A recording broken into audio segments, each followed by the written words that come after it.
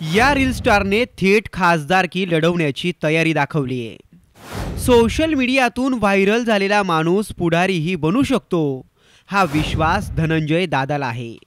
म्हणूनच नवरा बायकोच्या जोक्सने लोकांना खळखळून हसायला भाग पाडणारा धनंजय पवार उर्फ डिप्पी दादा निवडणुकीच्या रिंगणात उतरण्याच्या तयारीत आहे।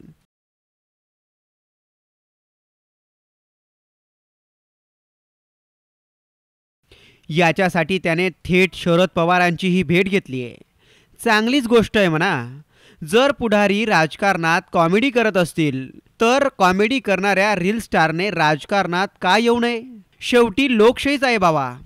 हां, पण डीपी दादाला रील्स केल्यावर जितके व्ह्यूज, लाईक्स आणि कमेंट्स येतात तितकीच मतं पडणंही लय गरजेचं आहे। ते मिळू शकतात का? डीपी दादाला महाविकास आघाडीतून खरोखरच उमेदवारीचा चान्स आहे का? असेल तर कोणत्या मतदारसंघातून आहे आणि डीपी दादाची कुणाबरोबर कुस्ती होईल? सगळं काही या व्हिडिओत इसकटून सांगूयात।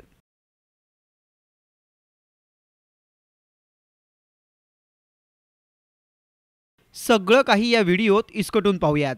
डीपी भाऊने उमेदवारीसाठी शरद पवारांची भेट घेतली आहे। त्याला हातकणंगले लोकसभा मतदारसंघातून उमेदवारीची अपेक्षा आहे। शरद पवार यांनीही याबाबत महाविकास आघाडीच्या बैठकीत चर्चा केली जाईल असं डीपी दादाला आश्वासन दिलंय। आता डीपी दादाला खासदारकी मिळेल का? मिळालीच तर कुणाचा पत्ता कट होईल आणि धनंजय मानेंची लढाई कुणाबरोबर असेल हेच पाहूयात। हातकणंगले लोकसभा मतदारसंघात सध्या शिवसेना शिंदे गटाचे धैर्यशील माने खासदार आहेत। धैर्यशील माने यांनी 2019 साली राजू शेट्टी यांचा केवळ 96,039 मतांनी पराभव केला होता। म्हणजे हा मतदारसंघ जितका शिवसेना शिंदे गटाचा बालेकिल्ला आहे तितकाच तो स्वाभिमानी शेतकरी संघाचाही आहे। 2014 साली राजू शेट्टी याच मतदारसंघात 6,39,191 मतांनी निवडून आले होते। विशेष म्हणजे 2014 साली हातकणंगले मतदारसंघातले 6च्या 6 विधानसभा मतदारसंघ राजू शेट्टींच्याच ताब्यात होते। सध्या महायुतीकडून उमेदवार बदलाच्या जोरदार चर्चा सुरू आहेत। राजू शेट्टींच्याही उद्धव ठाकरेंशी गाठीभेटी सुरू आहेत।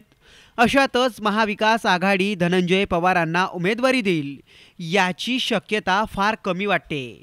आणि असं झालंच तर धैर्यशील मानेंना ही निवडणूक फार कठीण राहणार नाही असं जाणकारांचं मत आहे। पण निवडणुकीत डीपी दादा काय कमाल दाखवू शकतो हे अजून बंद गुलदस्त्यात आहे। त्याच्या व्हिडिओला जसे मिलियनमध्ये व्ह्यूज येतात त्याच्या अर्धेही डीपी दादाने जर का मते मिळवलीच तर झालंच समजा।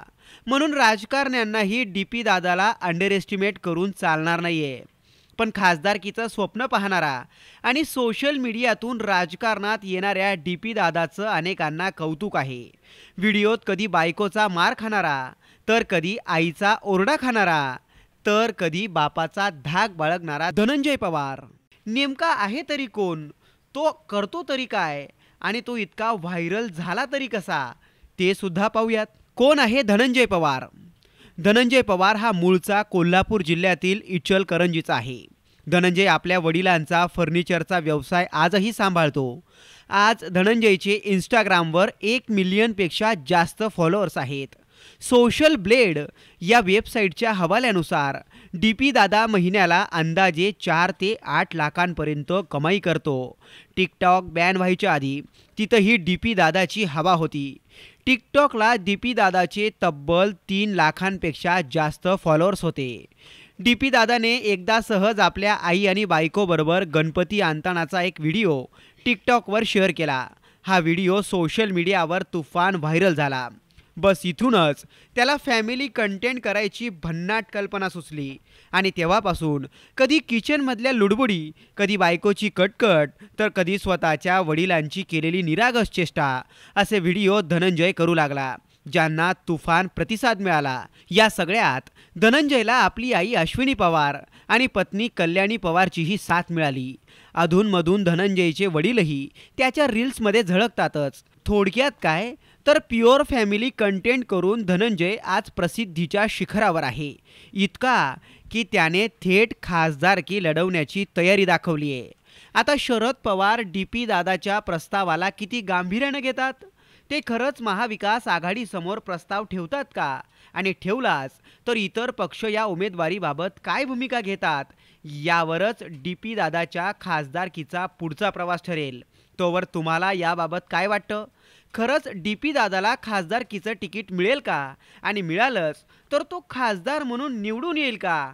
कमेंट करून नक्की कळवा. ब्युरो रिपोर्ट, साम TV न्यूज, कोल्हापूर.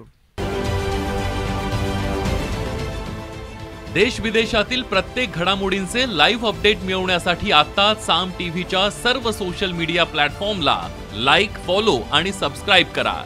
तसंच सर्व नोटिफिकेशनसाठी बेल आयकॉन प्रेस करायला विसरू नका.